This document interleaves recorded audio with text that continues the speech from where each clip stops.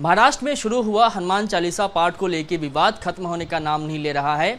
इस पूरे विवाद की शुरुआत राज ठाकरे की पार्टी एमएनएस ने की थी, जिसके बाद इस विवाद में एंट्री अमरावती के सांसद निर्दलीय सांसद नवनीत राणा की हुई और उसके बाद नवनीत राणा और रवि राणा उन्होंने मुख्यमंत्री आवास के बाहर हनुमान चालीसा पाठ करने को लेकर मुख्यमंत्री को चुनौती दी थी।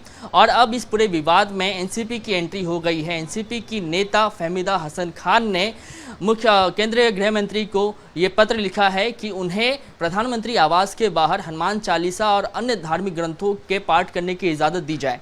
इस वक्त हमारे साथ फहमीदा हसन मौजूद हैं। आपने केंद्रीय गृह मंत्री को पत्र लिखा है और इसमें अनुमति मांगी है कि प्रधानमंत्री आवास के बाहर जो है आपको अनुमति दी जाए हनुमान चालीसा के पाठ की और अन्य तरह के ग्रंथों की। क्या कुछ समझे हम इससे? मैंने हमारे मोटा भाई अमित शाह जी को पत्र लिखा है कि मुझे प्रधानमंत्री आवास के बाहर सर्वधर्म समभाव के हिसाब से सर्वधर्मीय मेरी जो प्रार्थना है वो करने की इजाज़त दे। अगर इससे देश की महंगाई कम हो सकती है, अगर इससे देश की बेरोज़गारी कम हो सकती है, अगर हमारा देश जो रसोई के ऊपर हमारी गृहिणी होने के नाते इतना बड़ा बोझ आया है तो वो भी अगर कम हो सकता है तो इसके लिए मुझे ये इजाज़त दी जाए। लेकिन जो पूरा घटनाक्रम है महाराष्ट्र में उससे कोई अनजाना नहीं है। राज ठाकरे की पार्टी एमएनएस ने इसकी शुरुआत की थी। उसके बाद जिस तरीके से नवनीत राणा को और रवि राणा को जेल कस्टडी में भेज दिया गया है इसी विवाद को लेकर, उसके बाद ये जो आपका जो इजाज़त मांगने की है वो किस तरीके से? मैं यही समझाना चाहती हूँ कि अगर नवनीत राणा जी बोले हैं कि भाई हमें उद्धव ठाकरे का हिंदुत्व जगाने के लिए हमें हनुमान चालीसा पाठ करना है, तो मैं ऐसा कुछ नहीं कह रही हूँ। मैं देश हित के लिए कह रही हूँ कि अगर हनुमान चालीसा, दुर्गा चालीसा, नवकार मंत्र, हमारे गिरजाघर के जो मंत्र है, हमारी कुरान की आयतें हैं, अगर ये सब पढ़ने से अगर देश में महंगाई बेरोज़गारी कम हो जाती है, हमारा जो घर का बजट है वो लेवल में आ जाता है, पेट्रोल डीजल की कीमतें लेवल में आ जाती है, तो हम ये सब करना चाहिए और हमें इसके लिए अनुमति दी जाए कि हमारे जितने भी नागरिक लोग हैं, आम जनता है, वो आके वहाँ पाठ करे तो कम से कम ये देश हित में होगा। आपने गृह मंत्री को कब पत्र ये लिखा है? मैंने 23 अप्रैल 2022 के रोज पत्र लिखा है कि मुझे सर्व धर्म का प्रार्थना करने की परमिशन दी जाए। 2 दिन का समय बीत गया, कुछ रिप्लाई उनकी तरफ से आया नहीं? अभी तक उन्होंने कुछ मुझे रिप्लाई नहीं दिया है और मुझे लगता नहीं कि ये सब जो बवाल चालू है उसके ज़रिए मुझे देंगे। लेकिन आज जो ये नफ़रत की जो राजनीति हो गई है वो राजनीति से अभी आम जनता भी त्रस्त हो गई है।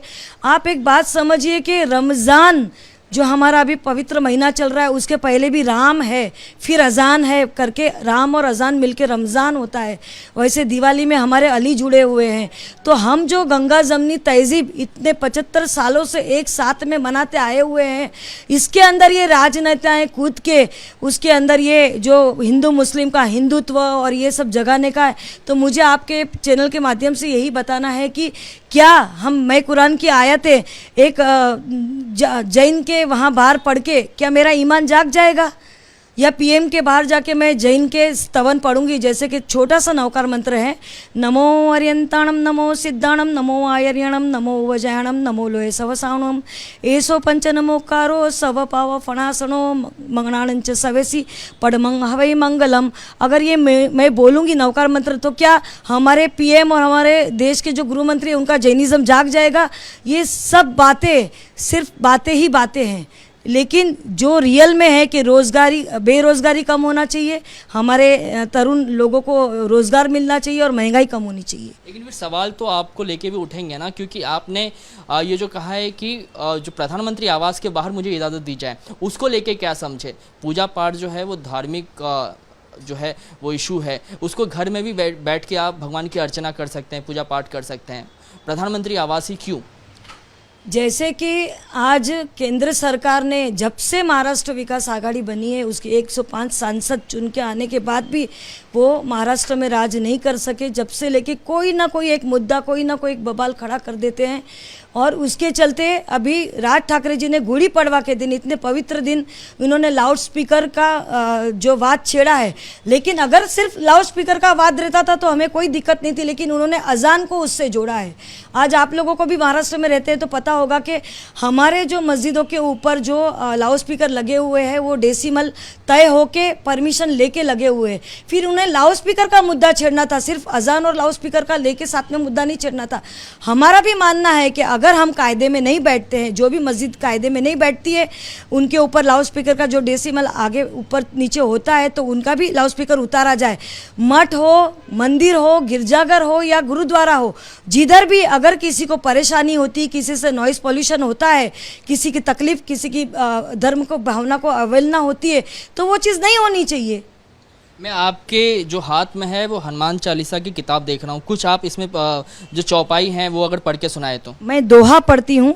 श्री गुरु चरण सरोज रज, निज मनु मुकर सुधारी, बरनऊ रघुवर मिमल जसु, जो दायक फलचारी।